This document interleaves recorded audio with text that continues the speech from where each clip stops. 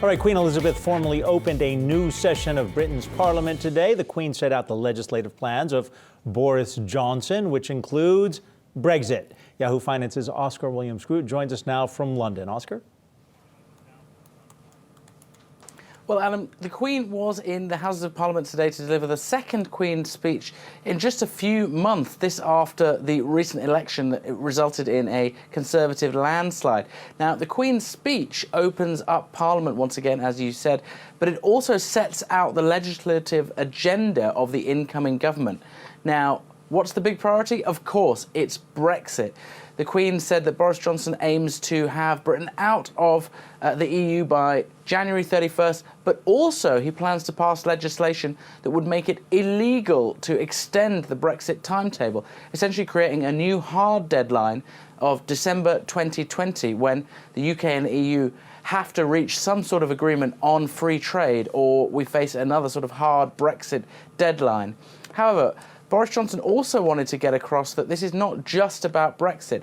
A lot of new voters that he won in the recent election were won over by the promise of Brexit, but perhaps they were holding their noses as they voted for the Conservatives. That's how some people have portrayed it over here.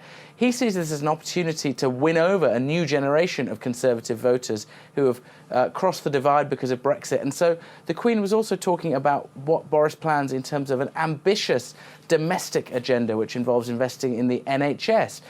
Discounted houses for first-time buyers in their local areas was also mentioned.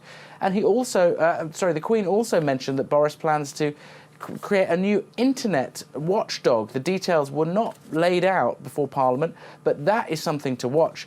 There has been some chatter in the press here that it might be something which would regulate the likes of Google and Facebook to stop, crack down on their power. But for now, we have a broad strokes outline of what Boris Johnson hopes to achieve in the next 5 years. And of course, his big aim, get the UK out of the EU and thriving in an international global marketplace. It will come as no surprise to you that in the United States, we've been holding our noses when it comes to politics for years and years. Oscar, thank you very much.